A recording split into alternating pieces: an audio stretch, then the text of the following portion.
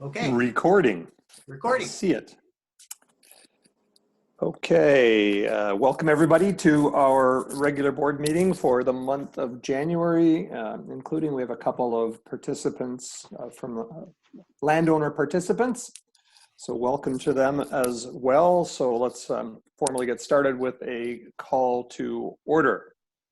And then our first item on our agenda, which would be to approve the agenda and whether there's any late additions to be proposed. So let's start there. Any thoughts on the agenda?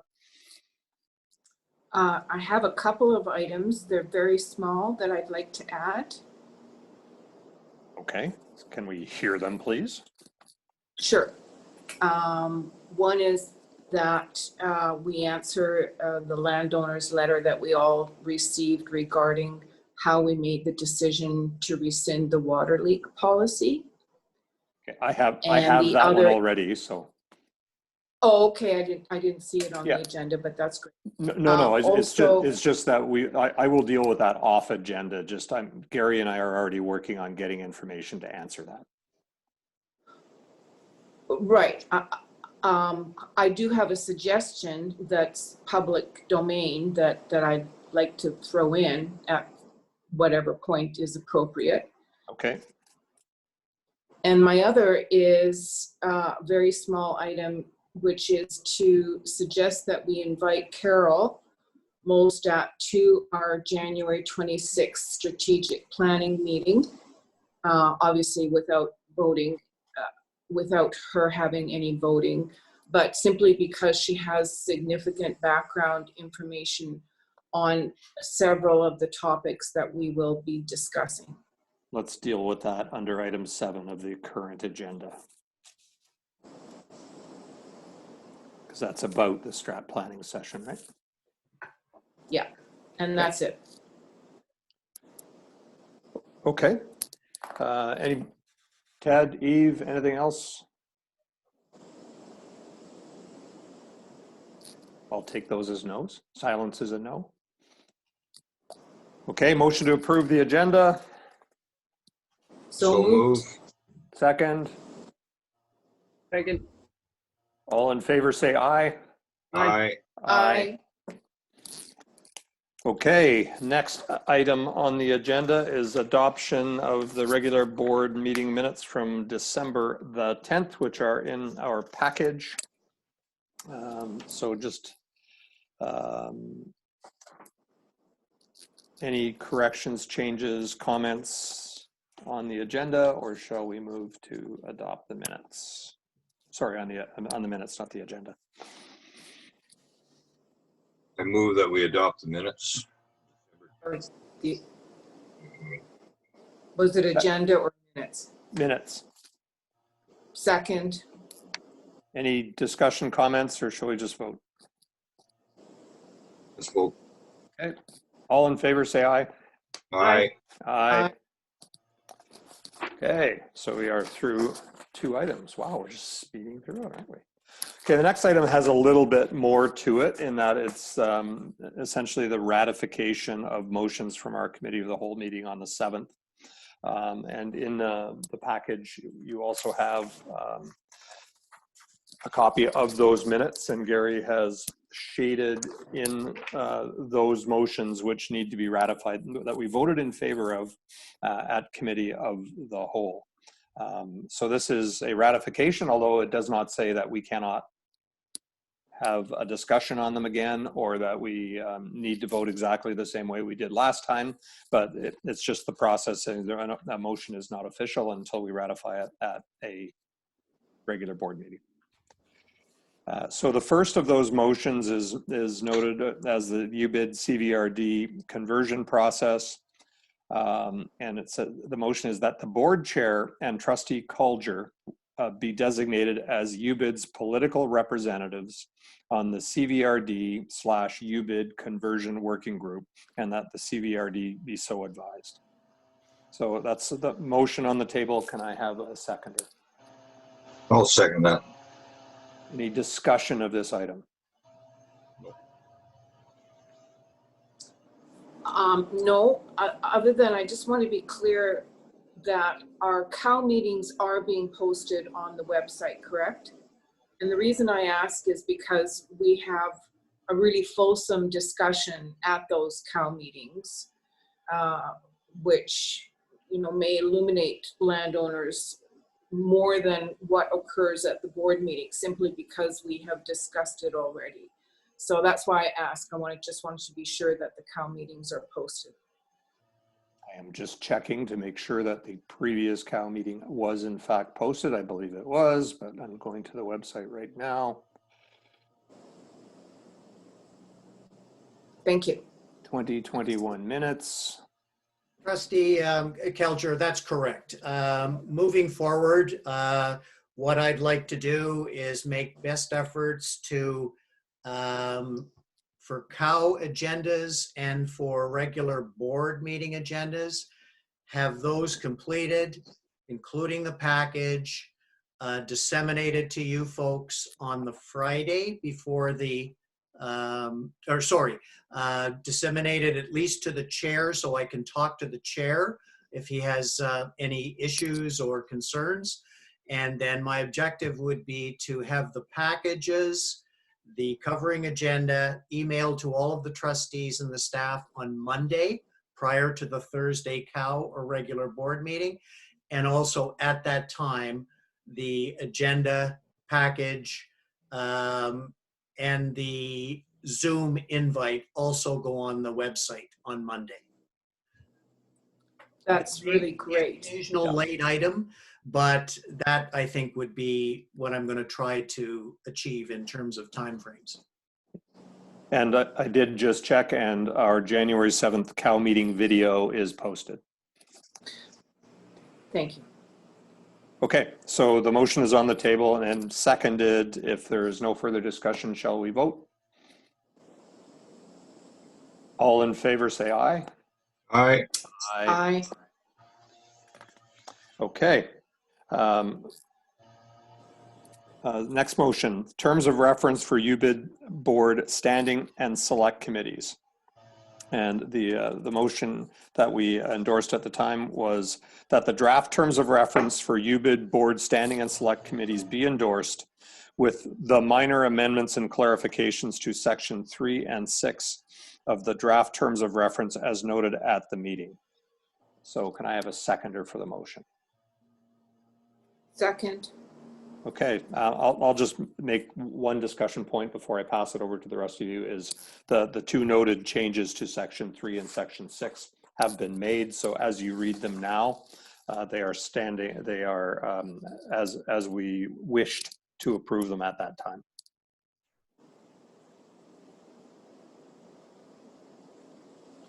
Okay. Any further discussion of these terms of reference? Shall we vote? All in favor of the motion as read? Say aye. Aye. Okay, and then there's a second part of that, which was another motion, which was that given the timing of the CVRD UBID conversion process, which is now underway, the board suspend all currently active standing committees pending the outcome of this process. So motions on the table or on the floor. Second? I'll second. Okay, discussion. Regarding committees, Standing committees. Chairman. Yeah. Standing committees. Talking with the fire chief the other day regarding the committee that is being held regarding fire truck information and purchase, etc. I think that was going to happen on the 28th of the month. So that is just the one thing to go through. It's a formality, basically. It's just to have a short meeting to culminate it. And then after that, that committee will probably be resolved. You are the chair of that committee, correct?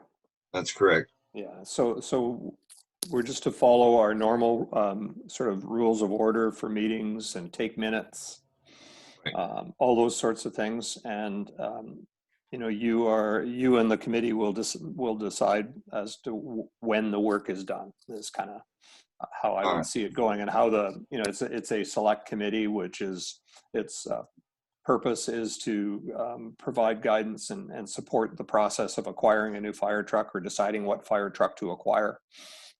So we'll leave it to you as the chair and with your members to decide when that wraps up. Okay, thank you. Mr. Chair, thanks to Trustee Haroldson for raising that. Yes, I'm aware that you folks have established, let's call it a select committee for the purpose of the apparatus. And I was talking to the fire chief last week about that when I was up. I'm aware that that process has kind of started. Ted, the chief advised me that the meeting is on Wednesday, the 27th, but we'll confirm that date. But I am aware that that process has started, and I would be recommending that these terms of reference not necessarily be retroactively applied to that particular committee, to kind of slow it down, that we press on with that one committee, that moving forward, if we want to establish other select committees for ad hoc one purpose items, that these terms of reference would apply. Yeah, okay. Thank you. Any other discussion on the motion to suspend standing committees? Okay. If there's no further discussion, all in favor say aye. Aye. Aye. Aye. All right. So item 7 from our minutes of the Committee of the Whole. This is a bit longer one to read out. It's with respect to the conversion process. And whereas Trustee John France has submitted his resignation from the Board of Trustees of the Union Bay Improvement District effective December 4th, 2020, and whereas on December 10th, 2020, the board adopted a motion which has been communicated to the Ministry of Municipal Affairs that the board supports the decision of the landowners in the recent referendum poll and is in favor of conversion to the Comox Valley Regional District local service areas as soon as practical, projected to be July 1st, 2021. Therefore, be it resolved that notwithstanding the legislative letters patent and UBID election policy stipulations in regards to the holding of a by-election within a specified period of time in the event of a vacancy on the board, it be communicated to the ministry that, particularly given the timing of the conversion process, which is currently underway, the board, number 1, supports not holding a by-election to fill the current vacancy created by the resignation of Trustee France. 2, consents to operating with only 3 trustees upon the expiration of the current term of Trustee Ted Haroldson, which ends in April 2021. And 3, agrees that this change to operating with 3 trustees happen as of the 2021 UBID annual general meeting, which is scheduled for April 22nd, 2021. So that's the motion on the floor. Seconder, please. Second. Discussion. I'll start with, this has been communicated to the ministry, and they are working under the premise to prepare the work required to make changes to the letters patent, both to allow for the dissolution of the improvement district, but also to change those letters patent from 5 trustees to 3 trustees. That said, we still need to confirm this vote through this meeting and then communicate that as well to the ministry. So that's just some background on this, and I'll open it up for comment.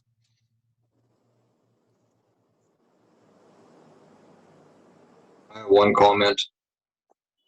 Mr. Chair, I think we all agreed at the last meeting that it would have been a waste of money to turn around and hold an election at this late date when the conversion is only months away from our AGM. And as far as I'm concerned, I think 3 trustees are capable of doing the business at hand. So I'm for that decision. Thank you. Eve or Susanna, any further comment? Okay, so I have no further comment as well. I appreciate the support of the ministry in providing solutions which save our ratepayers certain amounts of money around the conduct of elections and those sorts of things. So if there are no further comments, then let's proceed to a vote, and all in favor say aye. Aye. Aye. Thank you. Okay, so we have one further motion that the debate happened in camera, and then we had a rise and report when we came back to the public portion of the meeting to appoint a member of the public to the Conversion Working Committee.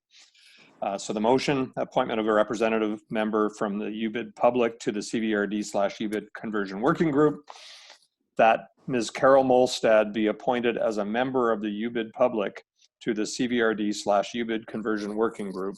So motion's on the floor. Seconder, please. Second. Discussion.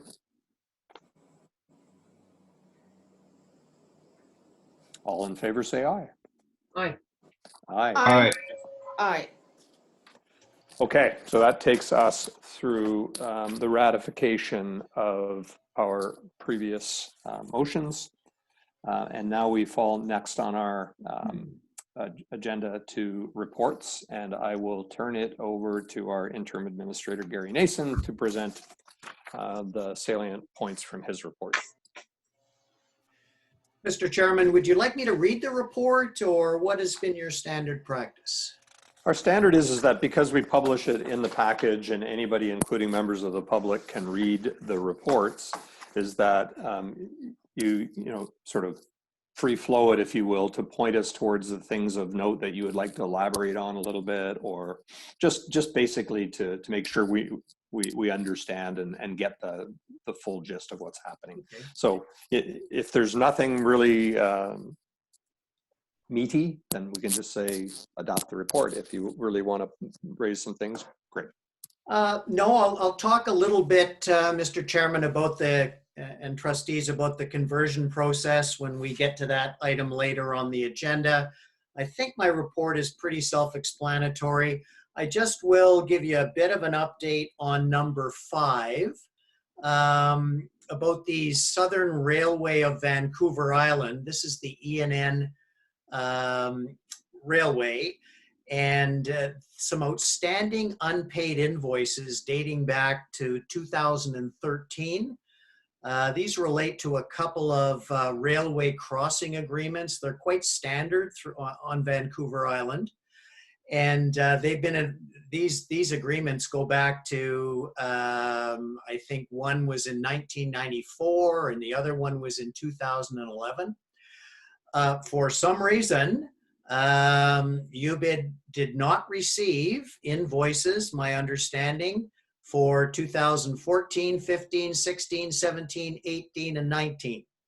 The railway company says that, well, we sent them out, but there's no record of us having received them. We did receive an invoice for the 2020, which has been paid. And we received an invoice for 2021, which is due and payable in early February.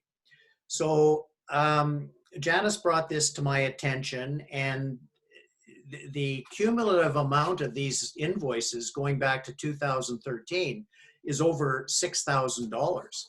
And we have not budgeted for that this year.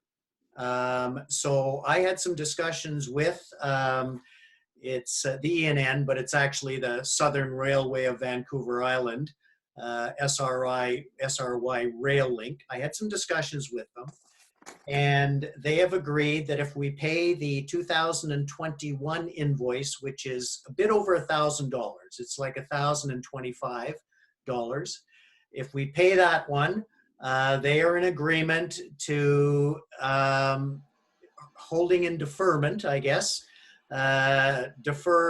having us defer payment on the 2013 to 19 invoices until next year, because we have not budgeted for them for that amount.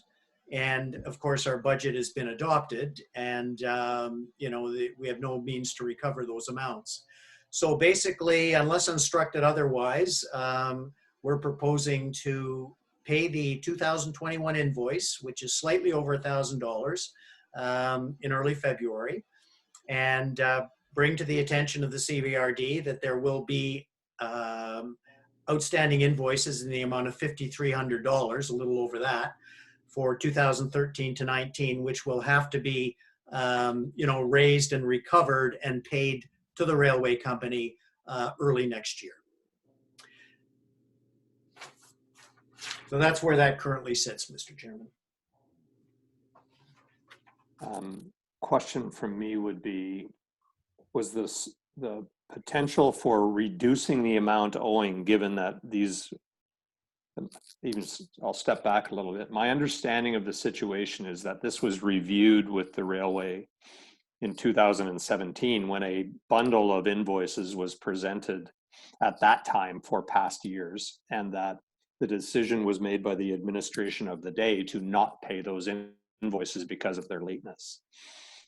And that it then got left until now, right? And to me, it's onerous if indeed there was invoicing errors on the part of the supplier that we be asked to pay it all, that they not take some responsibility in it. And I'm just wondering if any of that discussion has happened.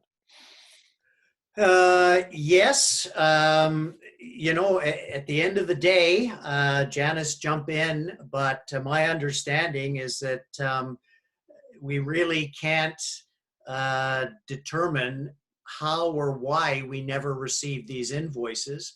I've reviewed the agreements. They're certainly valid, and they're pretty common on Vancouver Island, these railway crossing agreements.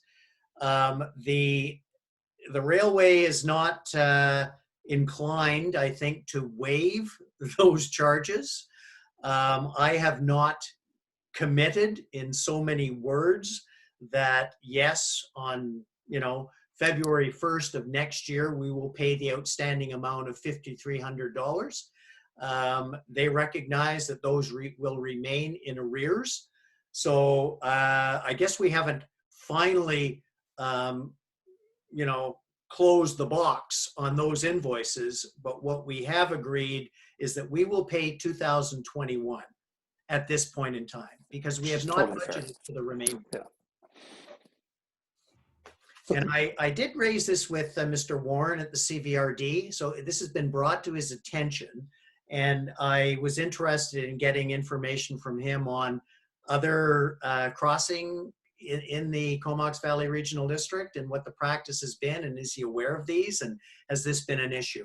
So at this point in time, we've agreed that we'll pay the 2021, but there's been no firm commitment given on these 7 years of past invoices. Turn it over to the other trustees to comment on the discussion here. And I know I'm applying more of a private sector principle of there's almost a statute of limitations on how far back you can go to invoice. I would like to comment, since I believe I'm the only remaining trustee who was in fact a trustee in 2017. As a trustee, I just want the public, our landowners, to know that this matter was not brought before the Board of Trustees, which to hear this now is actually quite troubling to me. Personally, I'm in favor of paying debts. However, I do believe this should have been brought forward to the board as a whole to be decided. It sounds like it was a unilateral decision made by our previous administrator. and perhaps the chair, both of which that is in fact a unilateral decision. So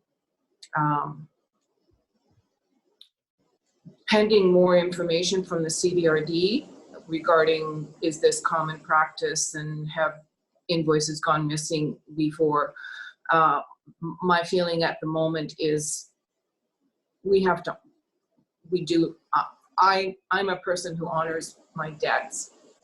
I agree with the strategy of paying the February and deferring to next year because we are on a very, very, very, very tight budget. Thank you. Okay, thank you. Further comments? Eve? Mr. Chair, Ed, sure. Go ahead. I think I signed a check for this last one for the railroad. I think part of the problem with the ENN Railroad situation going on there over the last number of years, probably why we did not receive those invoices because of the turmoil that was going on and the changing of the rail company from one company to the other. I can remember paying $12 a year for a line running under the ENN Railroad for my water each year, for many years. It's unfortunate this has happened. The best thing right now, I think, was paying off the latest invoice. Statute of limitations is 6 years. I don't know if there's going to be a change on that amount of money that's owing regarding the unpaid years or not. All I know is the statute of limitations is 6 years for the province. For a private company, I don't know. Maybe, as I say, the administrator can answer that one. So. Thank Not you. aware, Mr. Chairman.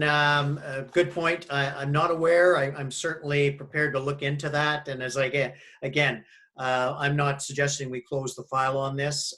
Clearly, I want to hear from the CVRD, get a little bit of better understanding of what the strategy has been, if there's been other agencies that have experienced this as well. But I do agree that I think it's necessary to pay the 2021. We did pay 2020, pay 2021, and let's do a little bit more due diligence in what our position should be on these 7 years worth of invoices that we presumably didn't receive. I agree. Eve, any comments?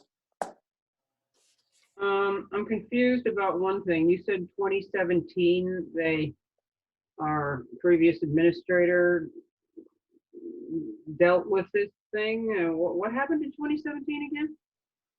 And if they knew about them in 2017, what happened in 2018 and 2019? They got paid. Oh, I thought you didn't pay the 2018 and the 2019. 13, 14, 15, 16, 17. Those aren't the ones. Those are the ones that are still outgoing. And So- as long as I've been around, they were never received until 2017, the prior invoices. So you received them in 2017 for all, and then they decided not to pay them. Bizarre. Anyway, okay. That's So I'm a little confused. Gary, you mentioned 18 and 19. Yeah, this is why we need to do a little bit more due diligence, because the information they're giving me, and I asked her to, and Janice has been great to provide me with information, but I said, look, I want to receive from you, from your side of the table, this is the railway company, what we have paid for and what we haven't. They are showing 18 and 19 as being outstanding. But Janice said they were paid, right? Just looking up now. They're indicating two invoices, one in 2018 in the amount of $102 is outstanding, and another one in 2019 for $105.42 is outstanding. So we have to do some diligence on this. Those two are outstanding, but there's two bills. There's a $900 one and a $105 one. So it looks like one was partially paid, but the other wasn't. So again, I'm not committing that we're going to be paying back that period of 2013 to 19 until we have more discussion and internal due diligence done.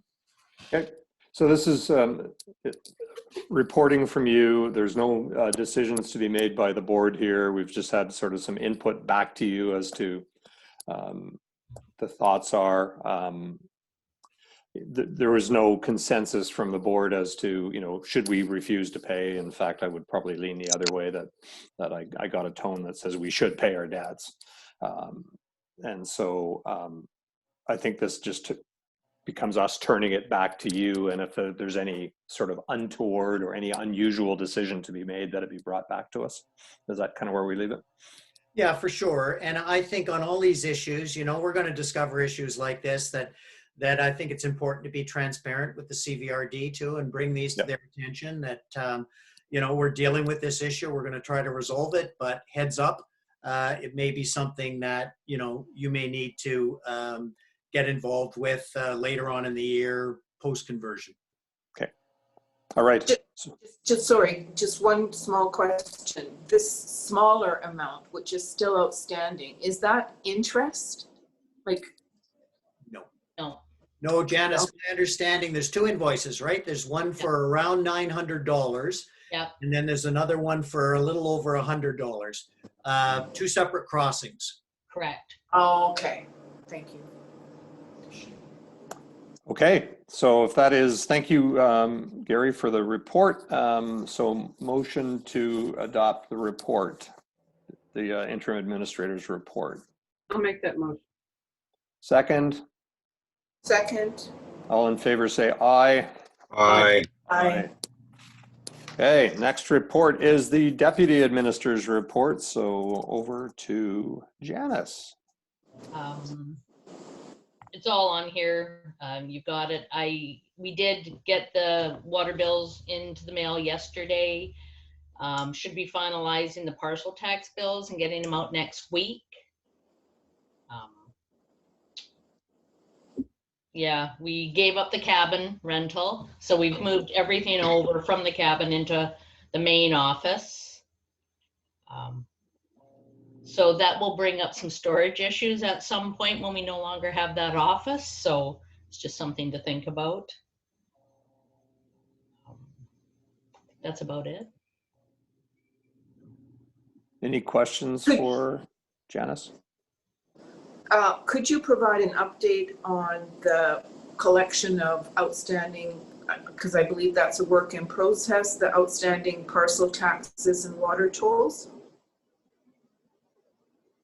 Or has that all been collected and completed? It's ongoing. So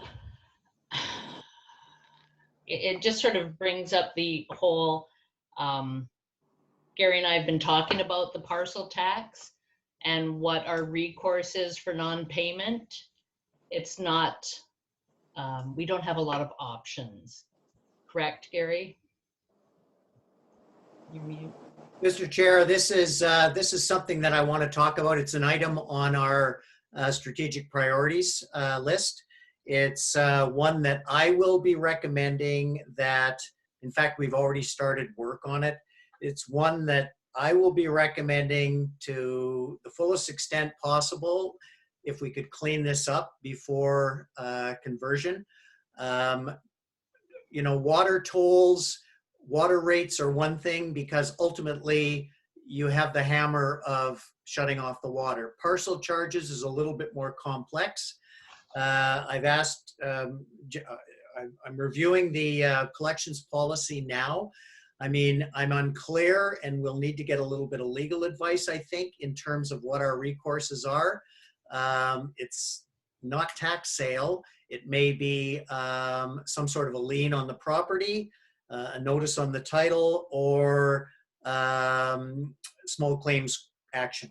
So basically, I want to talk about this a little bit on Tuesday at our strat planning session, but this is something that I will be recommending from our end that we pursue and get a good reconciliation of who's outstanding, both water tolls as well as parcel charges, and basically take whatever action we can take to collect these based on legal advice.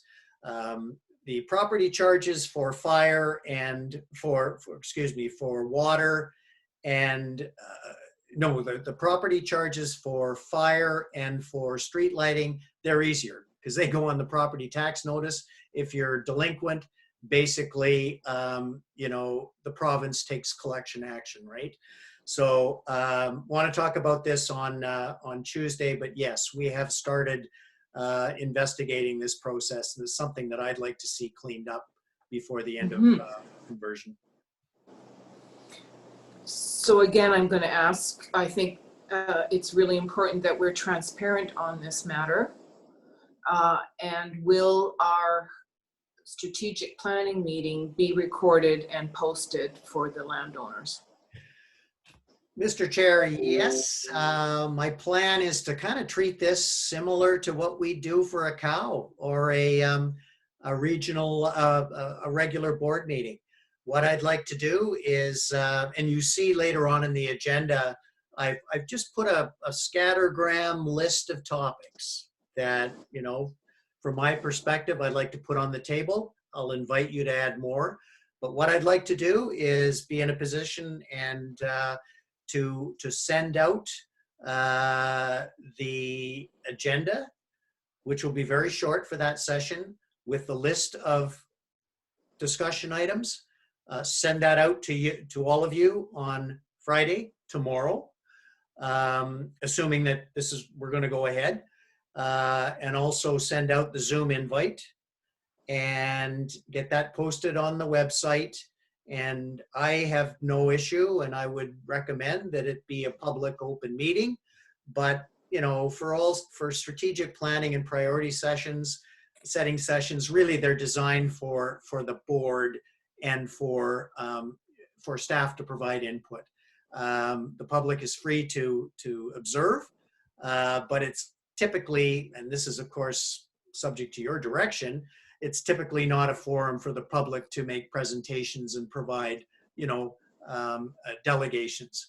But yes, I'd like to put that on the website, send it out on Friday to you folks, and then get it up on the website prior to the meeting on Tuesday.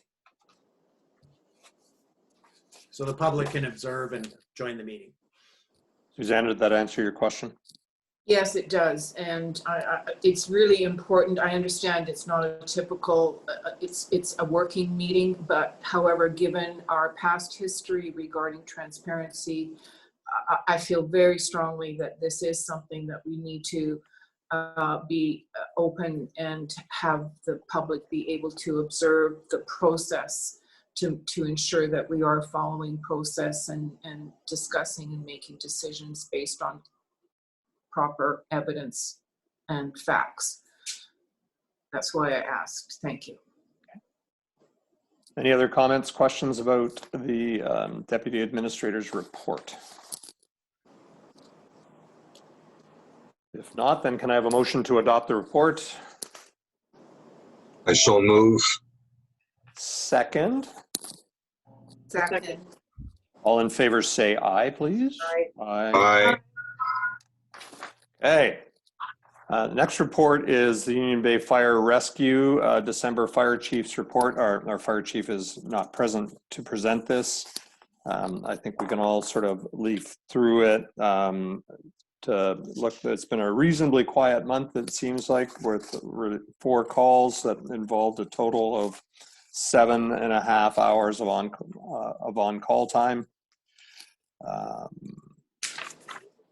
Usual sort of initiatives that seem to be happening. I'm just scanning down through again to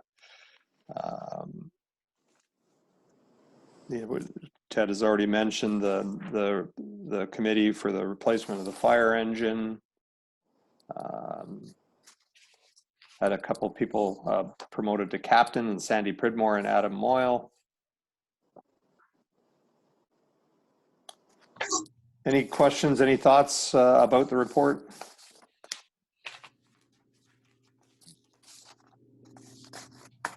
If not, may I have a motion to adopt the report, please? So moved. I'll second. All in favor, say aye. Aye. Okay, and lastly, we have the yeah, Union Bay Public's work water report.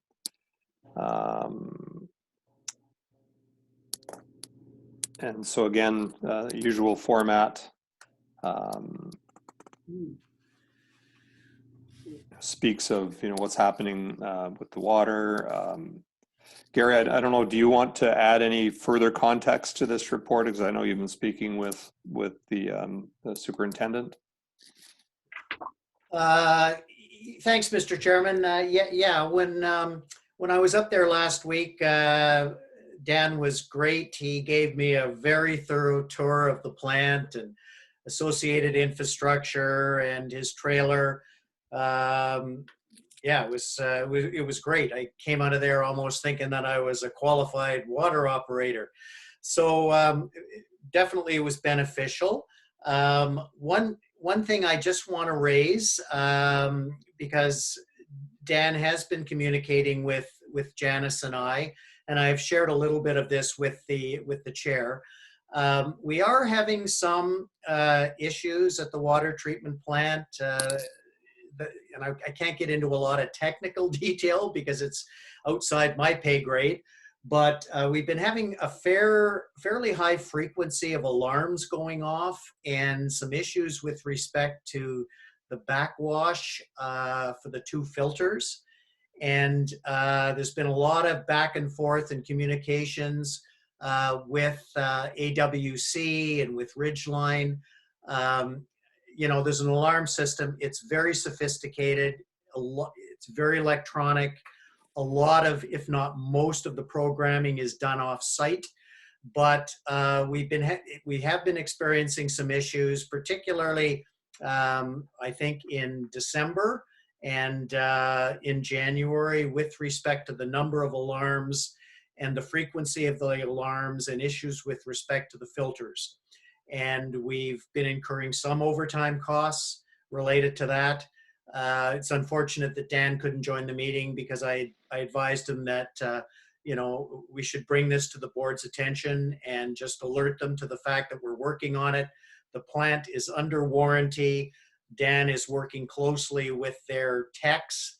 And again, most of these resolutions and problems can and have been resolved remotely through the techs, you know, logging into the programs and the systems, but it's generating some concern on the part of all of us. And we'll keep you posted. It's a very technical issue, and it's really something that needs to be addressed by AWC, you know, pursuant to the terms and conditions of the warranty for the plant. What is AWC? Janice, that's the contractor that built the plant. AWC, what does that stand for? Ridgeline built the plant. AWC is the, they support the equipment for the plant. That's out of Langley. Yes. Yeah, they supplied the filter, isn't that correct? I think they supplied most of the equipment. They seem to be the ones to contact for support. Yeah, and their technicians are the ones that have the qualifications and the knowledge to basically log into the programs and the systems for the plant and rectify these issues. Again, it's very high tech, and most of the work can be done remotely and has been up to now. But we're still tending to have what I understand to be an unusual frequency of alarms and call volumes related to the plant. The plant hasn't shut down. It's still producing water. Quality and turbidity is not an issue, but it's somewhat aggravating. And maybe these are, you know, kinks that need to be worked out of a new system. So we're not there yet, but I think it's important for the board to be aware that we're having some issues. So I have a question and it would be for our superintendent, who sounds like was unable to attend today. And I'm hoping that the super be attending our strategic meeting? Sorry, you cut out there, Susanna, a bit. I do have some questions which I'd like to ask now. It's unfortunate the superintendent is not here. And I asked, is he going to be attending the strategic meeting? That, he has been invited, and that is the intention. Yeah, he did Okay. say he was coming, but if some alarms go off for the plant, he has to be there. So it's really Right, so what's an issue. that's why I'm So going to perhaps if you have questions, Susanna, we could, follow chain and you could document them. We could get them to Gary and he could present them to I our would like superintendent. I would like to state my question. Is that all right? Sure. Thank you. I want to know what the actual measured area is inside the current fence, the fence which surrounds our existing water treatment plant. So that's question number one. Question number two is a question or a request for information which was made by the board several months ago, and that was to provide us with an ongoing statistics regarding the volume, weight, and cost of the sludge removal. And I'm not asking this to create more work. I'm asking because it is only with statistics and evidence that we can base our budgets going forward to accurately represent what we're paying. I would also like, and this would be valuable and important information for our strategic planning meeting. I see the stats on the report, but the stats for sludge removal are not there. I would also like a comparison of the costs of chemicals, etc., for 2019 and 2020 to see, so that we can make actual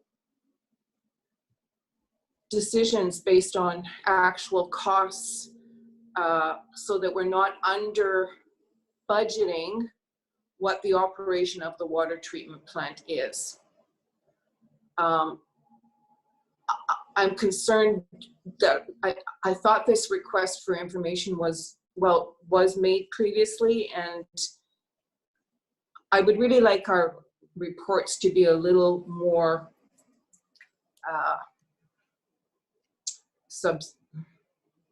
to contain information that is evidence-based and something that we can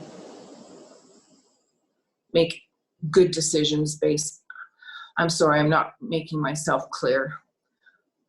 I would like to know what the cost has been for the sludge removal, including volume and weight of it from May to present date. And if that could be available for the planning meeting, that would be great, as well as the area, the actual area contained within the fence. Is it 4 acres or is it less? Or more simply stated, what's the area? Yeah. Okay, thank you. Mr. Chair, just a comment on the sludge removal. That is one of the topics that actually I did put on the strat planning session. I had Dan and I talked about this one when I was up there. He does have, he threw out numbers in terms of what it's currently costing to have that sludge trucked out. And the intent is that he be participating in the strategic planning session. I indicated to him that this was an item on the agenda. So hoping that we don't have any operational issues that will permit him to attend, because he will be in a position to provide information on that sludge issue. In terms of the area, we'll have to do a little bit of digging on that, but yeah, okay, thanks for the heads up. The one thing I do want to note on this report, just for a matter of recognizing our staff, is under training and certification that we note that we now that Dan McGill passed his water treatment operator level 2, and that Kate passed her water distribution 1. And so now we have 2 fully certified level 2 techs at the plant. And we have a further certified resource for our distribution system. So I'd like to say congratulations and thank you to both of them for their diligence in that. So if there's any further comments, questions? One other question regarding, we're talking about regarding the sludge that's removed. Was there ever tenders put out regarding the removal of that sludge between septic companies that are in the area? I do not know the answer to that question. I don't know the answer to that, Mr. Chair, sorry. Maybe Dan can enlighten us on that. I'm not sure myself. I can't recollect that there was ever a tender bid put out for the person to remove that sludge, or whatever companies were, you know, put in for a bid or whatever to get the best price. I don't think that was ever done. I can't recollect it. Susanna, can you ever recollect it? I can't. No, I don't believe so either. I think Eve has a question. Well, let's finish off with this. Janice, are you aware of any tender process? Or? No, but I do know, do you remember, I can't remember how many meetings ago when you had asked what the monthly cost of operating the water treatment plant was? And we calculated that. That did include the sludge removal. So we have budgeted for the sludge removal. Okay. We had that number. All right, so the answer is we do not believe there's been a tender process for sludge removal. Okay. Yeah, I can't. Yeah. Thanks. Yeah. Sorry, Eve, was there a question from you? Just the sludge removal, Danny doesn't pay the invoices, does he? Wouldn't Janice or Gary know how much? They're in front of me right now. I'm looking at them. And it is, the costs align with what we calculated when we calculated the monthly cost of running the plant. So it's like between $1,000 and $1,500 a month to remove the sludge. So that figure, Janice, thank you for giving that to us, is quite different from what was told to us in the summer as a monthly fee. And that's exactly why I'm asking that this be included in the water superintendent's report. What my recollection was, we were told it was around 700 or 800 a month. I believe I said 1,000 a month, and Chairman Rowe quite rightly corrected me. So we need that information on a regular basis. For one reason, sludge levels we don't know. We're in the first year of operating a water treatment plant, so this is all new to everyone. We don't know if there's a fluctuation dependent on the time of year. All of those things we have no control over, but we need to know in order to plan effectively for the future. And I'd like to leave this till our planning session, because that's, you know, where we, you know, with no action, then there's no control, right? We just know that sludge is costing us a certain amount, but it is on the agenda to be prioritized as to whether it's one of the projects we will take on or not in the remaining months that we have as a board, right? So that's the intent, and I'll leave it till then. We'll talk about the intent of the strategic planning session. But it is along those lines of saying, where are we going to spend our time given the work that we have on our plates? Okay, so let's leave it till both that discussion, but also until next Tuesday when we can tackle some of these issues and decide how we're going to approach them. Is that okay? Yeah. All right, any further comments? May I have a motion to adopt the Public Works report then? I so move. Second. Second. All in favor, say aye. Aye. Aye. Okay. And so the next things that were in the package were related to the conversion process, but I think I'm going to, sorry, I'll check back to the agenda. We're finished with reports. There are no business items that are new that we haven't touched on before, so we'll move on to the unfinished business. First item there is the conversion process, verbal status update to be given. There were 3 of us in attendance at the last meeting, but Gary, do you want to start? Sure, Mr. Chairman, thanks very much. I did attach to the agenda, just for everyone's information, acknowledgement correspondence from the ministry responding to our letter just before Christmas, advising the ministry that the board had adopted a motion indicating support for conversion.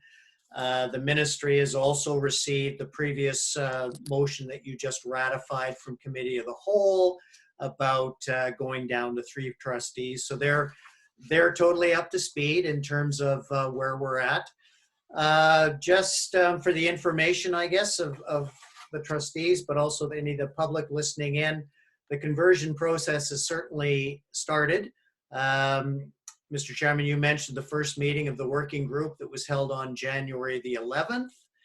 And subsequent to that, I met with Mr. Warren on January 14th in the flesh at the CVRD office, of course, with appropriately masked and gowned and hand washed and the whole 9 yards. We had a good conversation about conversion. The CVRD has established kind of 7 topic areas where they're going to be working with the UBID. Those 7 areas are on legislative services, HR, water, street lighting, fire, finance, and communications.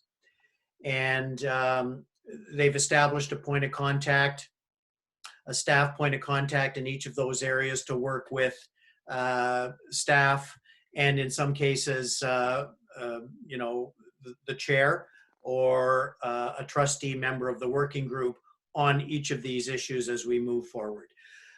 They've struck a HR committee comprising UBID, the CVRD, and CUPE to discuss HR collective agreement related issues. The first meeting of that group is on January 28th.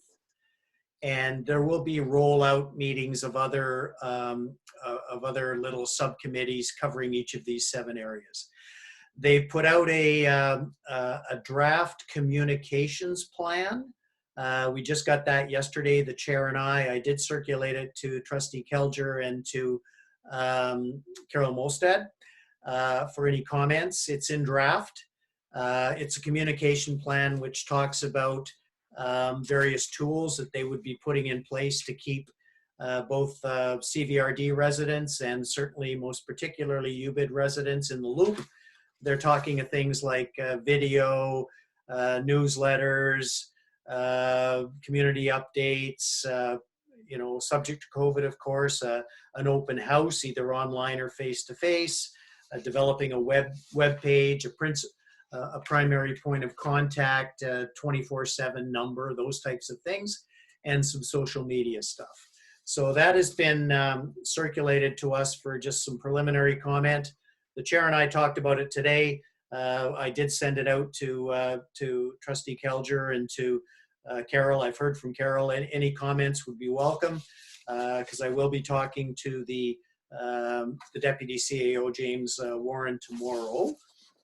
And so that's about it. I'm just proposing that we put a standard agenda item on all our COW and regular board meetings. Every 2 weeks, you'll see this as a standing item. There may be a written report. If not, there'll be just a verbal update where we're at. And the next meeting of the conversion working group is scheduled, now confirmed, for February 9th. February 9th. Mr. Chair.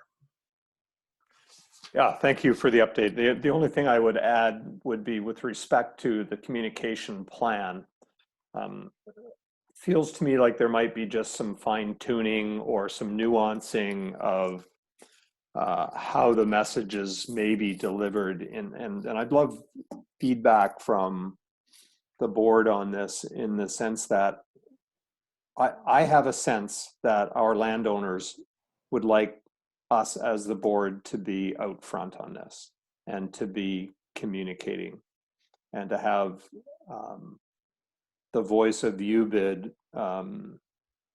perhaps be a half a step ahead of the voice of CBRD, but we need to be in lockstep as we talk. And that if the board was in agreement with that, then we had, through the working group, we can, fine tune this plan to say that UBID residents will believe that it's the UBID board that is leading the communication or being very prominent in the communications. I'm couching my words a little bit because CBRD is very, very important to this process, and they are driving a lot of the work that they need in terms of how the services and all of the details get converted. But I think our landowners want us to know that, or want to know that we are very supportive and intimately involved in the process. So I'd love feedback on, if it were to be 100% communicated by CBRD, would that be acceptable? If it were to be 100% communicated by UBID, would that be acceptable? What's the right balance?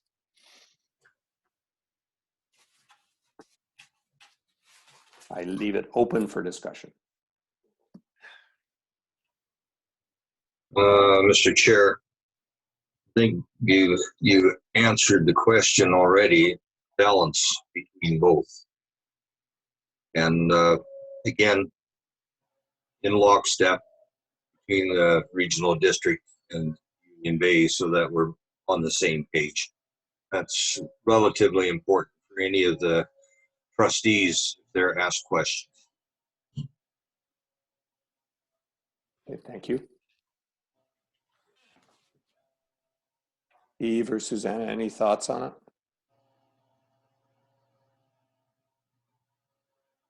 I'm yielding to Eve. I guess you mean putting out more as UBID for UBID. You mean, Ian, putting more communication out than our normal landowners update? Or, if there's more communication that is coming as a result of conversion, which there will be, like such as videos and newsletters and those sorts of things, how do they get signed and labeled? Like, who's the communicator? Those sorts of questions. I don't think it affects the information that gets communicated. It's just, is there a sensitivity within our base that says we want to make sure you guys are on it? We don't want to feel like this is CBRD driving the process. I don't know. Maybe I am being too sensitive to that, so I'm just asking for feedback.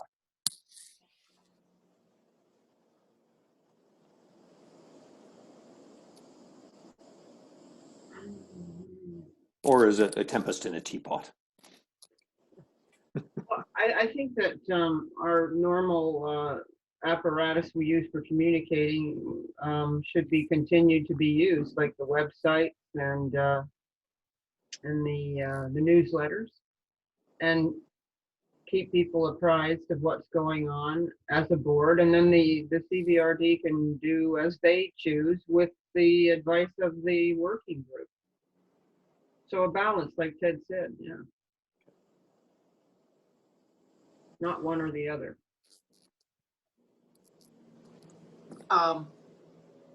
Sorry, Eve, are you done? Yeah. I certainly feel it's been a joint effort. And speaking from being on the working committee as well as a landowner reading the information that's coming forward,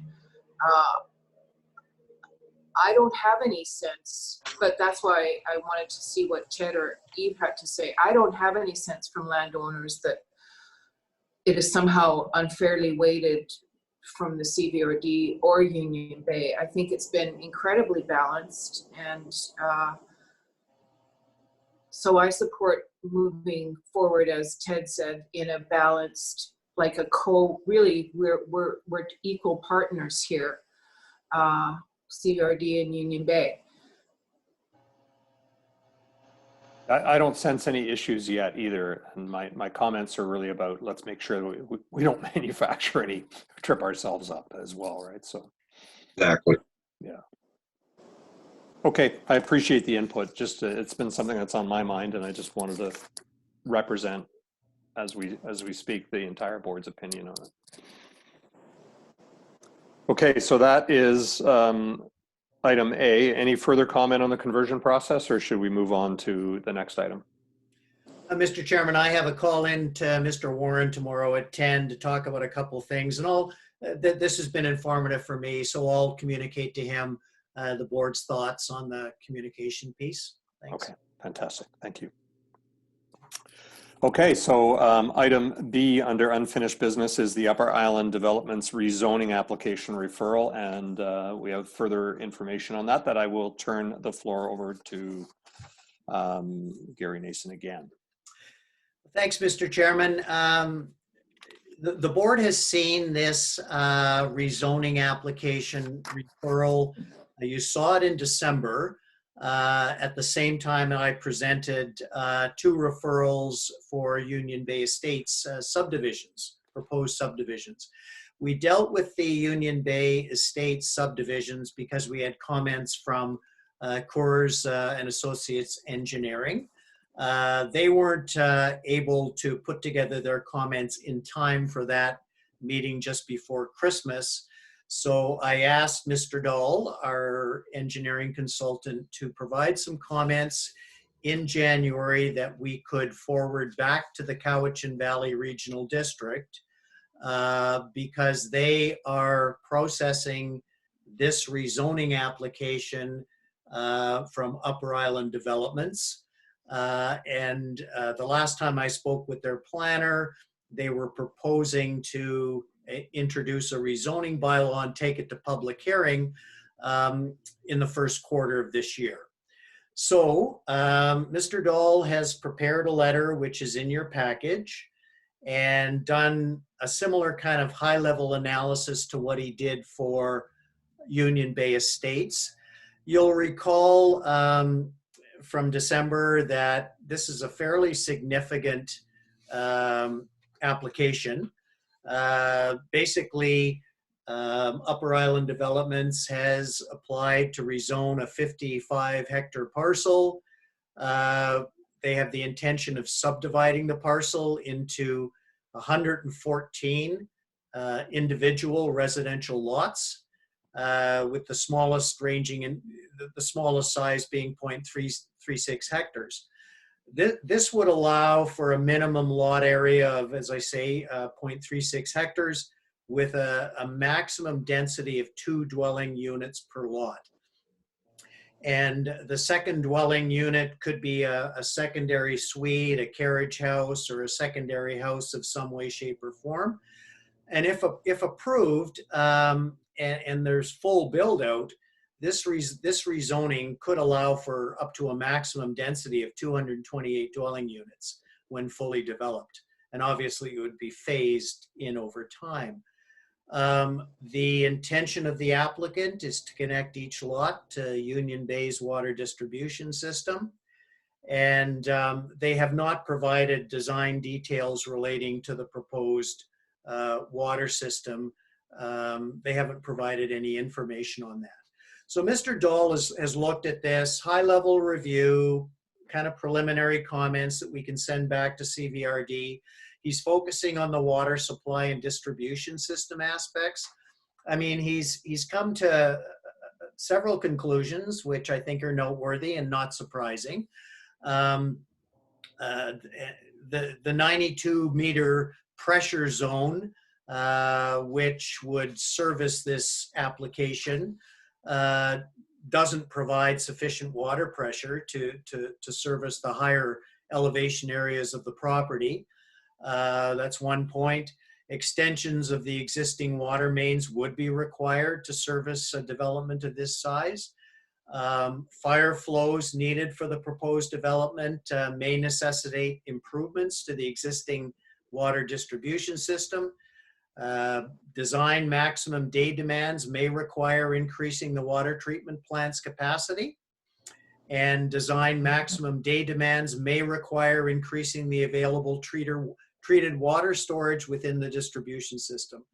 So he's made some recommendations that the applicant should be, at the appropriate time, be required to provide, a fairly extensive list of detailed technical information.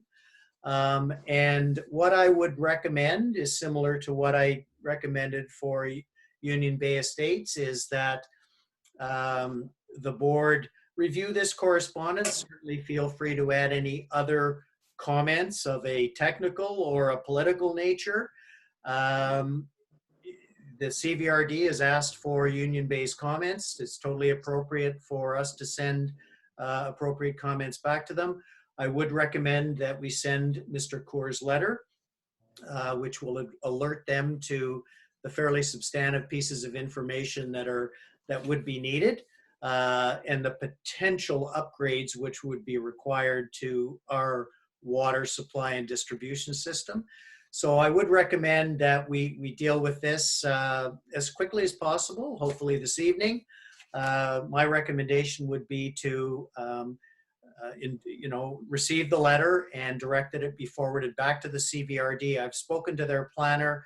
He's graciously said, yeah, you're beyond the deadline, but comments welcome. I told him that I'd make best efforts to get comments back to him by certainly the end of the month, so that they can take something to the regional board. And assuming their plans haven't changed, they would like to move forward with introducing a rezoning bylaw and sending it to public hearing probably in the spring. Mr. Chair.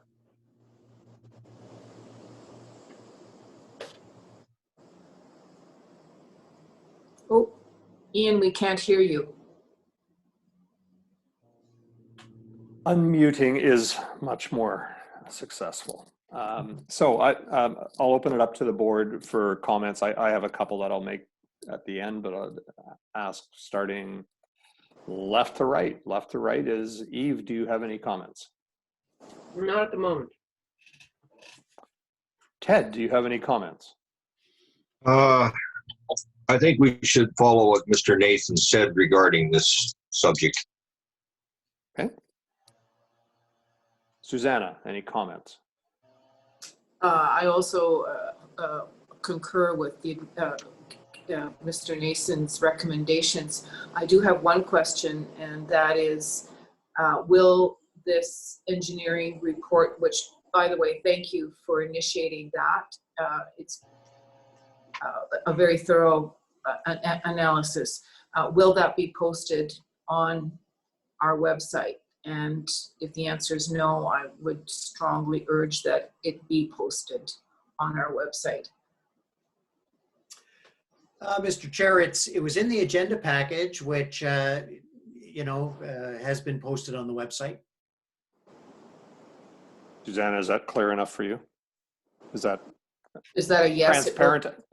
Well, it already is on the website now as a part of this agenda package, but it's not separately posted. Oh, I see. Okay, Yeah. It used to be so it's already, okay, thank you. Yeah, it's just Available. It's bundled in with everything in this agenda package. Okay. Yeah. My only comments are, and I may be stating the obvious for part of this, right, is that where the report indicates that infrastructure will be required to service these parcels, that the increased infrastructure cost would be at the cost of the developer, not at That's Union's right. cost. And so I would want to make sure that our comments are clear on that. Having said that, one of the pieces of infrastructure, or two of the pieces, are plant-related shared infrastructure, in that this may push us past the capacity of our filter and the capacity of our storage tank. If this were the only development going on, and then I think we could continue to say, hey, you're causing us to upgrade our infrastructure, and ask for that. However, we also have other developments underway where there is water infrastructure agreements in place, and parts of those agreements address future upgrades. Given that we now have 2 developments going on, is there any requirement for us to modify infrastructure agreements or to create a different approach to funding expansions of a water plant by developers? I don't know if that made sense or not. In other words, our Mr. water infrastructure agreement says Union Bay Estates pays for the next filter. Mr. Chair, our first water agreement and so on for Union Bay Estates, I think if you have another developer coming in that's also going to be doing a fairly large development, that has to be another separate agreement, because it could mean that there could be a conflict between these developers, who's paying for what. Exactly. So I think there has to be a separate agreement for the other developer, so that if they go on, they have to turn around and pay for what they're doing. Yeah, that's I think essentially correct, and a good point. There's a couple of other things that probably you would want to be doing. Keep in mind that this one is a bit different than Union Bay Estates, because this is a rezoning application, so it's considerably earlier in the process, and it's not unusual for there to be less detail in terms of the specifics of the application. It's a rezoning, so it's fairly early in the process, whereas Union Bay Estates was a subdivision application, which then triggers our subdivision bylaw and things like that. So Trustee Harrelson's made a good point. Yeah, I think you'd be down the road wanting to negotiate some sort of a development agreement. Keep in mind, at that point in time, we'd be, it would be the CVRD, so it would be kind of incorporated under their kind of structures and their subdivision bylaws. But you'd also want to be looking at, and if conversion wasn't happening, I'd be wanting to talk to the board about the need to update our capital expenditure charges. That hasn't been done for quite some time. That's a fairly significant exercise. You'd want to be doing that. You'd want to be updating our subdivision bylaw, getting that up to speed, so that when these applications are ready to go, that we have good policies and financial mechanisms and land use policies and subdivision bylaws in effect. I agree. So as long as our comments do reflect that, and as we get back, that says that there will be negotiations required around the expansion of the water treatment plant. Can I just clarify one statement, Gary? You just said that the Upper Island application, which is behind, not as far as long, would probably become a live issue when we are under the CVRD, which is probably true. And then you said, and therefore it would fall under the CVRD subdivision bylaw. My understanding is that's not the case, that our union, this is very confusing to me. Yes, and I don't exactly have total clarity either, to be honest. And this is something that one of those 7 key areas for conversion is planning. And certainly we're going to have to share our subdivision bylaw with the CVRD, including the any legal advice we have in regards to what work needs to be done on it, so that the CVRD is properly informed. And to be honest, I'm not 100% clear, and nor do I think that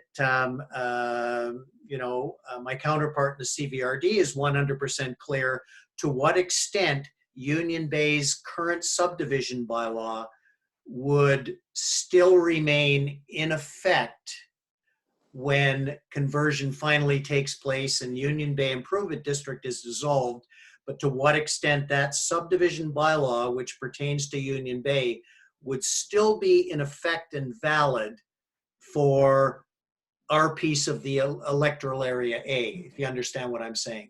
And that needs to be thoroughly fleshed out.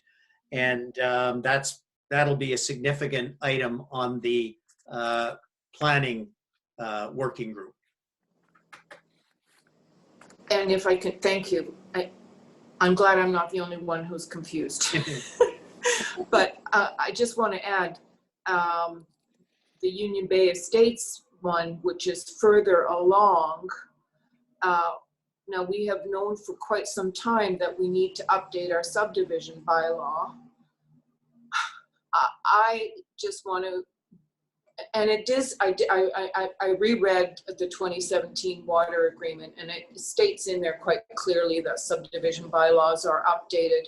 I just want to be clear, and in fairness to the developer understand as well that we are in the process of updating our subdivision bylaw and the CECs, and I want some assurance that it's the updated one that will be the one that's followed, not our very old one. Do you understand what I'm saying? No, I think I do. And at this point in time, and again, this advice could be subject to change. At this point in time, I'll say this, that in my view, if conversion was not happening, wasn't on the table, one of the things that I would be strongly recommending we do now is to start a process to update our CECs, do some 5-year capital planning, which actually has to be done first. You put that piece in place first, and then you do you update your CECs, but also be updating our subdivision bylaw. If there's any issues with that, clean that up, but also update it to reflect newer technology and the passage of time. I would be recommending we treat that as a priority, and we'd be doing that because of these applications which are sitting out there. I don't think they're going to be happening anytime soon. This one we're talking about is in the early stages. I'd be recommending that. The discussion I want to have with the CVRD, which those of you on the working group are going to be part and parcel of, is making them aware of our subdivision bylaw, what's in it, the need for updating, so that they can do an analysis of how that fits into their land use planning scheme, and we sort out questions of, okay, is that document still going to be valid after conversion? Or is it subsumed into the Cowichan Valley Regional District's land use policies and bylaws, if you understand what I'm saying.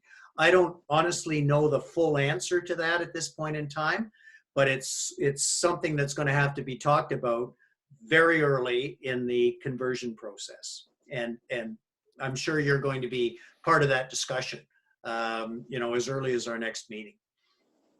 Oh, I was going to see Mr. Nason. Let's hope it's the Comox Valley, not the Cowichan Valley. Well, I apologize. I apologize. I do that all the time. And that's because I'm in Victoria and they're just over the Malahat. And I've done a little bit of work for Cowichan Valley. So, You're 100 miles short getting here. I know. I do that all the time. Okay. I do believe that there's further discussion to be had around the subdivision bylaw with respect to our planning session as well. And that's the next agenda item when we get there. And just to make sure that we've got an agenda and a process for that meeting. So any further comments on the Upper Island Development rezoning application referral? Otherwise I would suggest that we've given our interim administrator our guidance, and would leave it to him to pass our comments on. Any other thoughts? Do we need a motion? Yes, Mr. Chairman, I think a motion's in order, just to receive this information and request that it be forwarded to the Cowichan, to the Comox Valley Regional District for, Good boy. along with, Thank you. along with comments. I so move. Second, And when you say, Gary, along with comments, that would be along with the comments, including the board's comments? Yep, I'll Absolutely. certainly integrate those into a letter. Fantastic. Okay, so moved. All in favor, say aye. Aye. aye, Aye. and thank you for the hard work. Yeah, awesome. Okay, item C under unfinished business is the proposed UBID Board Senior Staff Strategic Planning Priorities Setting Session to be held on Tuesday, January 26th from 1 p.m. to 4 p.m. And then note, a suggested list of potential strategic priorities for discussion and prioritization at the session is attached. Board members are encouraged to bring forward any additional items to consider warrant discussion at the session. And I would propose that for our debate here today, that we don't dive into the items on the list. Let's just first off start with, what is it that we're trying to accomplish? And then secondly, do we have a complete list of things that need to be discussed at that time? Does that make sense? Yep. Okay. And so if I were to start with, how this came to be is a discussion between Gary and I about the amount of work that has to get done between now and July 1st. And if we put that work into three buckets, they would be the day-to-day operation of the improvement district that needs to happen, the management of the water system, the management of the fire department, the billing, and all of the great work Janice's team does. That remains number one. We have a business to run, or an improvement district to run. The second thing that comes along in my mind priority-wise is we need to devote sufficient resources to making sure conversion happens properly and that CVRD has all of the information and processes are interlocked. And then thirdly, we have these strategic priorities that in the time remaining, we will work from the top of that list towards the bottom, knowing we won't get to the bottom. That would be the way I would phrase it. So that the purpose of the meeting would be to say, what are our most pressing strategic items, such that Gary has a clear idea of where to spend his time first. So I'll leave it there and turn it over to others to see if you have a different thought or different concept, but that's the way this has been shaped in my mind. Suzanne, I'll start. We'll go right to left this time. Do you have any thoughts or comments, or do you want to defer? Well, I very much appreciate the running list. It makes it come out of my head and onto paper, so I'm not quite as stressed out. We clearly have a lot to cover. My personal prioritizing would be based on finances, meaning what is going to bring money into the improvement district, not because we're trying to get rich, but because we have expenses to cover. And by that I mean the CECs, the subdivision, as well as the parcel B. So in my mind, anything that has a financial amount to it or a potential is something that we should focus on. From the perspective of the way I sort of laid out the work items that we have, are you in agreement that that's agreement or not, that it's daily operations first, conversion second, priorities third? Does that make sense to you? I would, because conversion, I would actually put conversion third.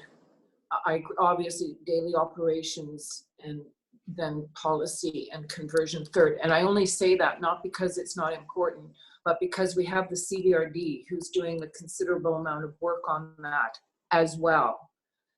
I feel we are holding the ball in terms of what really pertains only and uniquely to Union Bay Improvement District. From a board level, I agree with that. From a staff level, there is going to be a lot of conversion work that has to be done. Okay. There's going to be, you know, back and forth of a connection between, for example, the CVRD fire owner and Chief Ham. And, you know, in terms of bylaws and legislation, Gary will be involved in that. And in each of those 7 areas that have been identified, there's going to be a staff member associated with it to answer questions and provide information. So I think it is going to occupy a fair amount of our staff's time as well, if that makes sense. If I still have the floor, I agree with what you're saying, and somehow we have to do it all, right? Or do the best that we can. The one other item besides finances would be public safety, and that's in relation to the dam, the review of our dam. That has been pushed down the line for quite some time. So that's how I rank priorities: public safety, finances. Okay. I yield to my colleagues. Eve, any I've watched thoughts? too much Oh, sorry, American. sorry, Ted, you're to the left on my screen. So Ted, any thoughts? Well, I think again, like Hannah said, you've got a lot of ground to cover. It's a short period of time in which you have to do this, and by compounding it with other things might get in the way. It's, I think you have to go for the basics, and the CVRD is going to be taking over a lot of these things regardless Union Bay, and regarding the dam and everything else, I'm sure that they'll be looking into it themselves. But I think the best thing the improvement district can do is to be able to turn around and turn it over with the proper information the regional district needs to be able to operate Union Bay in a proper manner. Well, I think you guys got your hands full. That's it. Your hands are full until April, Ted. I know. I know. Eve, any thoughts? So with your 3 buckets, I guess day-to-day operations is obvious, but the conversion, you're pretty sure that's going to take a lot of time for the staff, and that you mean by Gary and Janice, and not the public works staff, or what? Gary, can I turn it over to you for some context here? Yeah, for sure. I mean, I'm still trying to get a handle on, it's early days, how much administrative kind of dog work, grinded out administrative work is going to be entailed in the conversion process. They have those 7 functional areas. No question, it's going to consume, you know, a fairly significant, potentially, amount of staff time, and I'm speaking of myself and Janice, Ian Ham, and Dan. I think, you know, there's going to be a fair amount of administrative work and time commitments and meetings that they're going to need with their CVRD counterparts. What I'm trying to get my head around is how much of that, you know, what's it going to be like for the next 6 months until we get there, and how much extra capacity can we have to, you know, address some of these things that, you know, I would recommend be addressing.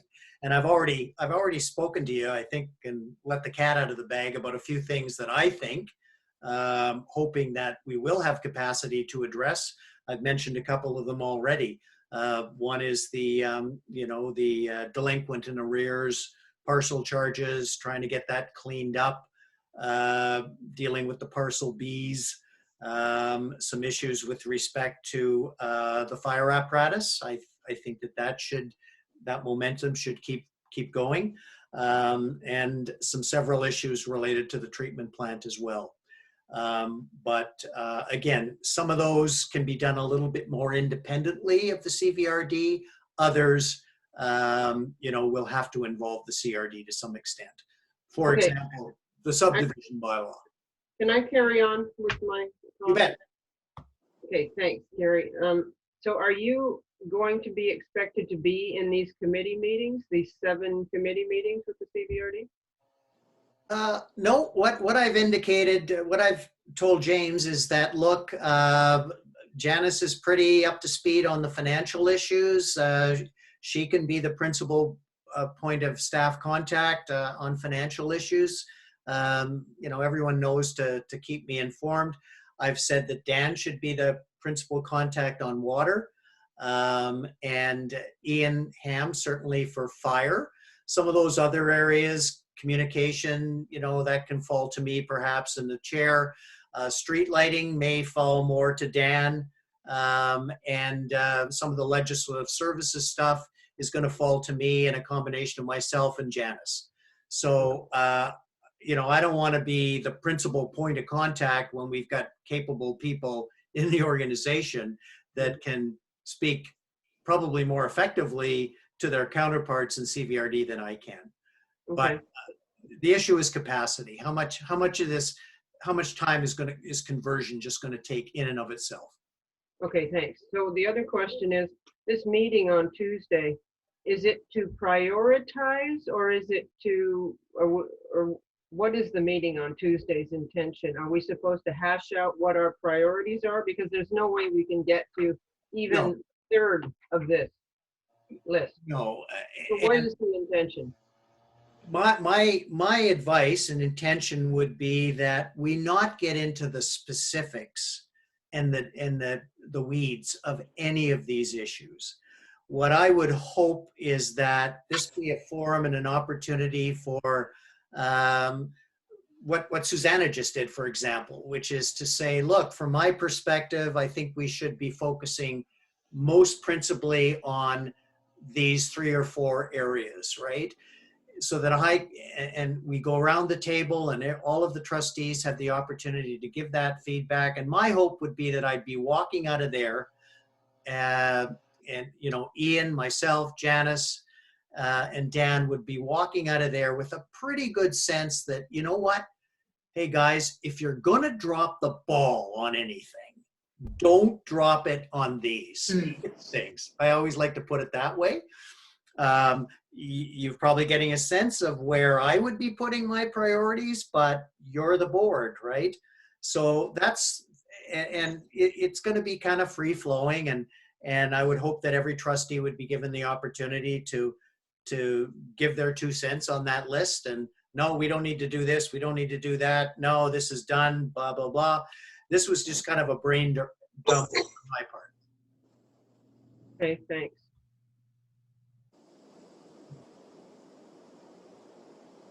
We can't hear you, Ian. How complete does everybody feel this list is? I think the paper would explode if you added one more item. So there's nothing burning in your mind that's missing?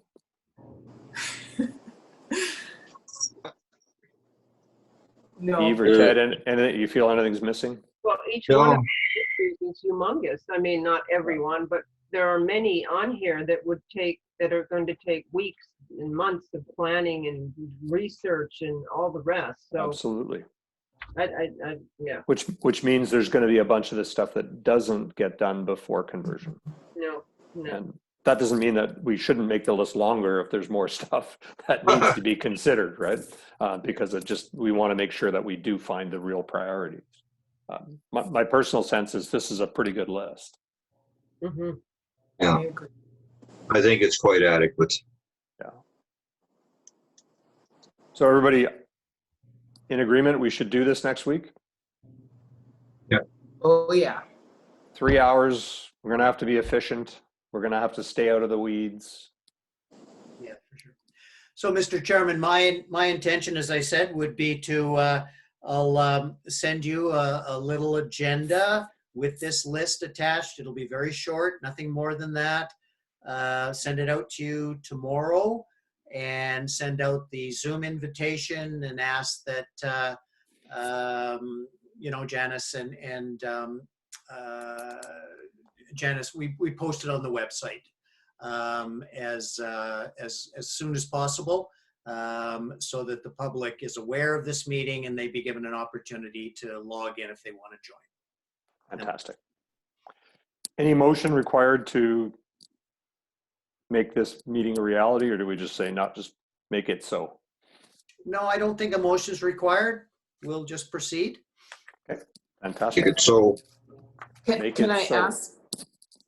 ask, I think this is item 7. Can I ask the board's thoughts on my suggestion to invite Carol to attend as someone who has prior knowledge that none of us have? And I will defer for now. Is there Eve or Ted or Gary, do you have thoughts on this topic? I'm fine with Carol coming, absolutely. or at least being invited. She might not be able to come. Ted? Yeah, she has input. Again, she was a chairman, Union Bay, for a number of years, and probably has knowledge that most of us do not have. I have no problem. I'll speak and then I'll ask Gary for his thoughts. Well, like I have zero issues with Carol attendance, and I would very much value her input. You know, it does beg the question that says, you know, who else then has similar knowledge that might be equally qualified or have a desire to be present as well? And then at what point does it get unwieldy? You know, if we were to go back through all past chairs, for example, that are still in Union Bay and want to have a comment, would we need to invite all of them? So I recognize that Carol is highly qualified to contribute to this, but I wonder if it then opens Pandora's box, if you will, as to who else we have to invite. But now that's my only comment on it, and I'd ask Gary for his thoughts. Mr. Chairman, I actually think it's a decent idea. She's the public representative on the conversion working group. So I think that puts her, you know, I think that's a very valid reason why she should be, you know, invited to this particular meeting and be given an opportunity to provide some input if she has it. Of course, she'll, you know, if she'll look at the website, she'll get the, she'll see the Zoom invitation anyway, but I can certainly send her an email and just bring it to her attention. But I have no problem, and I think it kind of makes sense given the fact that she's on the conversion working group, which is one of the biggest items on that list. Thank you for that. And so when, Susanna, when you proposed Carol attending, it was on that basis of contribute but not vote? Is that kind of how you Oh, spelled of it out? course. Yeah, no one can vote other than the trustees. And like Gary said, I specifically chose Carol because she's on the conversion committee. Okay. We've all expressed ourselves. So, you know, to me, that would require a motion or a vote to say invite Carol. Do you agree, Gary? Yes. Yeah, I believe so. Okay, so motion to include Carol Molstad or invite Carol Molstad to participate but not vote at our upcoming strategic planning and prioritization session. Second. All in favor say aye. Aye. Aye. Done? Okay. Susanna, you'd also asked to speak of the water leak correspondence that each of us received. Let us not mention names as we speak about this, because there's a privacy issue that comes with that. You know, essentially we've been, I don't know if everybody's seen it, but there's been an email, Gary, I'm not sure yes, you have seen it. I forwarded it to you. There was questions asked about why we rescinded the policy. Left to devices, generally speaking, landowner questions are sent to the board, and the chair responds to the landowner, or the administrator responds to the landowner. And you know, I was intending to do that. What I'd done was asked Gary there was a part of the email asked for the word was statistics. And so I'd asked for numbers that were associated with it. I think I asked for dollar values, but it would probably be also behoove us to say the number of water leak credits that we gave out. And I would answer the email from this perspective that we gave as we decided, which in my recollection was, the water leak policy was established when we implemented water meters to help ease the burden or the blow or the fear factor, if you will, of I'm going to be metered for all my water now. The second thing that I recall from our debate was the cost of water has gone up now that we have a much more robust infrastructure in place. And so there is more of a cost to us in terms of having those credits issued. The third reason I recall was, that we felt that there was an unfairness, if you will, to ask all landowners to bear the costs of a subset of landowners' infrastructure failures, like private infrastructure failures. And then the fourth reason I remember was it's reasonably unique to Union Bay, and that other areas of the valley, such as Comox and Courtney, do not have such a thing as a leak credit bylaw. So that was what I would have communicated. And if there's further debate or input required here, would love to hear what you have to say, or if you'd prefer a different approach. Go ahead, Susanna. I raised this issue because, first of all, I was very glad to see a landowner question come forward. Just in general, it's really great that the landowners feel comfortable in asking us questions. And I just had a thought, and I believe that our COW meeting in November is where we discussed this, and we had a very thorough discussion on the pros and cons of doing this. It was not a decision we took lightly. So my suggestion was, would it be possible to clip the section of the meeting, because that would in fact answer, in my opinion, the very, very valid questions that the land, not clip, but do you understand? Snippet out, yeah.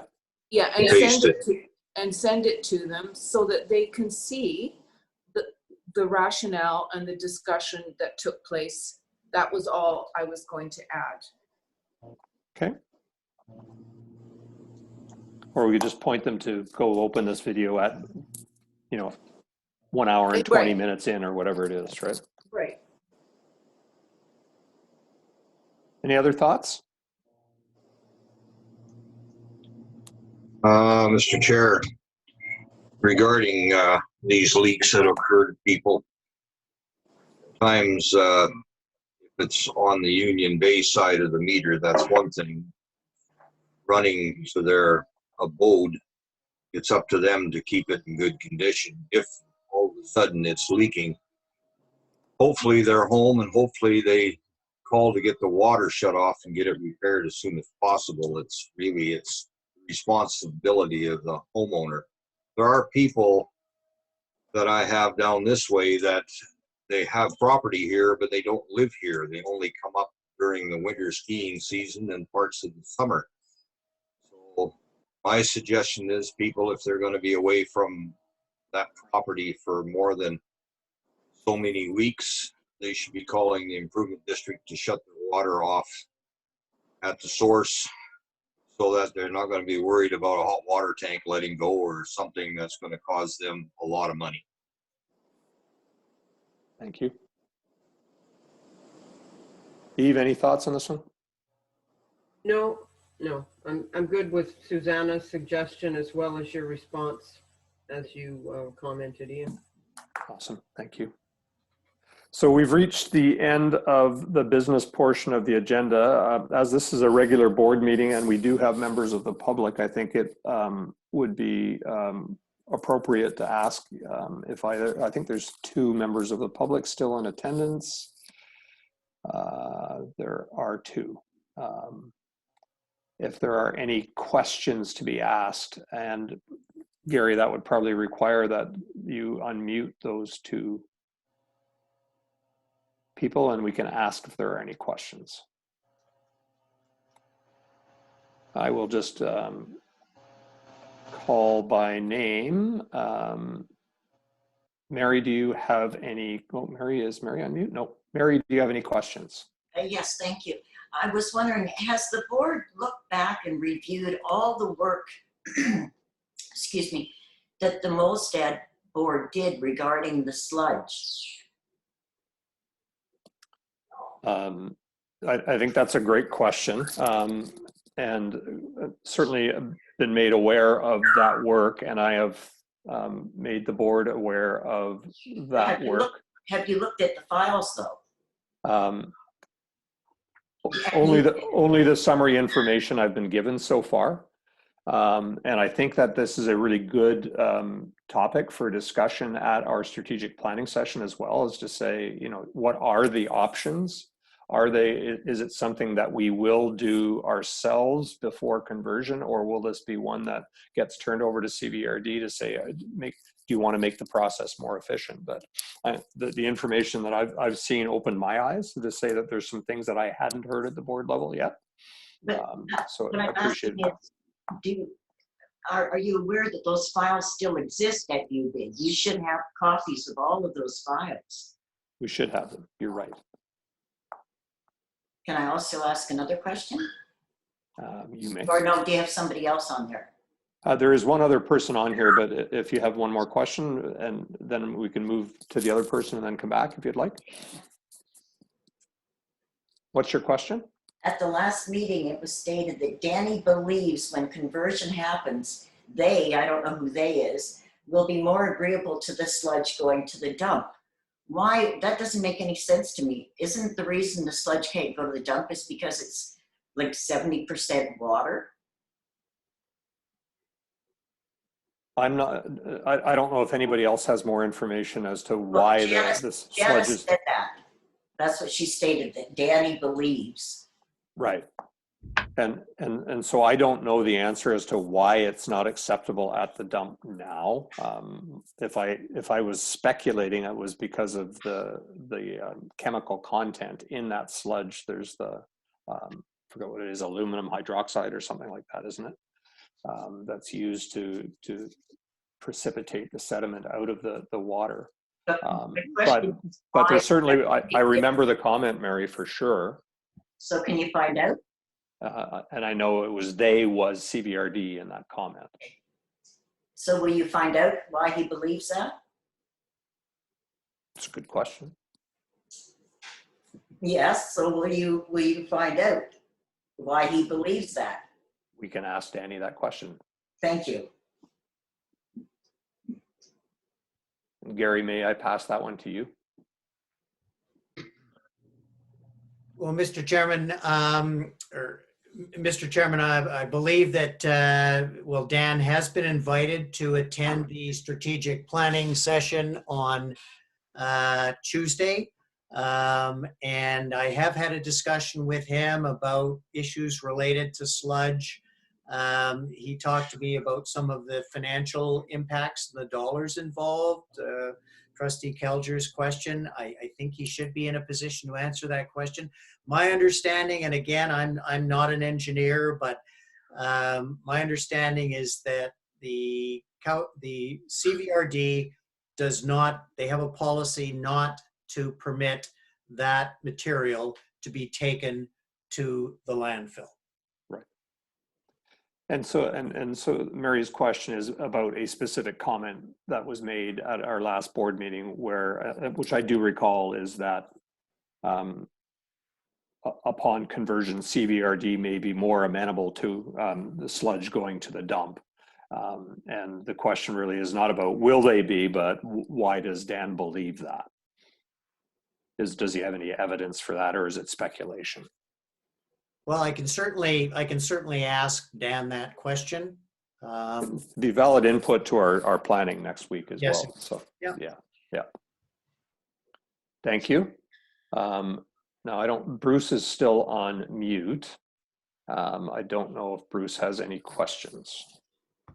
And Mr. Chairman, I've been unable to, I managed to unmute Mary, but I can't unmute Bruce. It won't, He may have muted himself then. okay. Okay. Mary, any other questions? Oh geez, I had one. Okay, yes, why would Dan be the one checking out the price of things like the sludge removal? Why would he have those figures?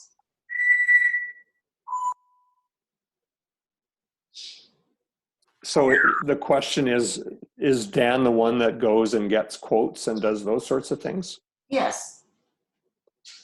Typically speaking, Janice, I'll let you answer how this process works, but my understanding is that subject matter experts are involved when we go out and do tenders, right? So that they make sure that the technical requirements are fulfilled. And that as long as technical requirements are met by all participants, then lowest cost bidder rules, right? Janice, do you have any further to add to that? Or? I mean, basically, Dan's the public works superintendent. That is a function of public works. So it's logical that he would price out the cost of removal. Right. So it's not a direction from the board? That Dan does it? When you're considering, who decides on what equipment is required and you know, what is the process that you're spending the money? The board approves the spending of the money if it is capital related. The board approves a budget for operating expenses on an annual basis, and then the administration is responsible both for forming capital requests that the board then approves, and the administration is responsible for operating the improvement district and staying within the budget. And that's my impression. Gary, I would ask for your comments on that as well. Mr. Chairman, I mean, Janice is absolutely right. It's from my perspective, it's totally logical. He's the public works superintendent. He's the department head. He deals with these operational issues in the field. He deals with the contractors. He obviously knows the financial impacts of these services that are being provided. It's basically his functional area. Okay, can I ask another follow-up to that? Yes? So did he decide not to install a washroom and an office in that building? Whose idea was it to forego those amenities? That was not, as my understanding of that process, that was not a Dan decision. I was not on the board at the time. My understanding is that the washroom and office facility was not included in the tender for the plant. It was not a part of what was to be built, and that it was to be dealt with separately. And that portion did not happen. Susanna, you were on the board at the time. Did I get that right? The reality that the washroom and office were not attached is in fact true. However, there was never any discussion of even about including, which is ridiculous, about including a washroom and a staff room ever. It was not brought to the attention of the board, and then the board didn't raise it. No, which is, you know, in hindsight, ludicrous. Also, I have to say, though, we did publish publicly the plans, and that issue was never raised by anyone else either. Meaning the landowners or previous board members. So, you know, it was, you know, really a dumb move in hindsight. Going back to Mary's question about the sludge removal, I just understood at this meeting that it was clarified that a tender was never done for that. To the Did I best of miss- anybody's knowledge, right? Yeah. Yeah. So, there was probably just an award of a contract that was made, yeah, which perhaps should have been tendered. yes, thank you. Yeah, big mistake, which is really embarrassing that there is no washroom and storage. Not so much storage, and this, I think Quinsam hut could handle storage better than a full-on building, but that's going to be discussed at our strategic planning. And I really feel for the staff. They're in a very difficult situation. So I don't know what to say. We blew it on that. Did that answer the questions, Mary? It's just so discouraging. It's the same things all these years. You know, we're still talking about collecting delinquent fees when this has been discussed nonstop since 2017. The sludge was aware, you know, we knew that was going to be a problem before. The previous board knew that there had to be a washroom and a office in a building. What we can do is move forward from here, right? And say, what do we have to do? I know, but it's discouraging to hear it over and over again. That's all. Okay, that's it. Thank you. Thank you, Mary. All right, so if there are no other questions, then we have arrived at the end of the agenda. We've concluded in the agenda notice of the next regular board meeting to be on Thursday, February the 19th at 2:30. It's the 18th, not the 19th. 18th. 18th? Yeah, okay. I don't have a calendar right in front of me, so. Oh, okay, thank you. February 18th at 2:30. I haven't transferred to a new calendar either, thank you. Actually, maybe, could we just run through, what's the March meeting? Is it It's the third it's Thursday. the 18th as well? Yeah, third Thursday, okay. Yeah. 2:30. Okay, so motion to adjourn. I shall move. All in favor? Aye. Aye. Aye. Thank you, everybody, and thanks to those of the public that sat through this with us.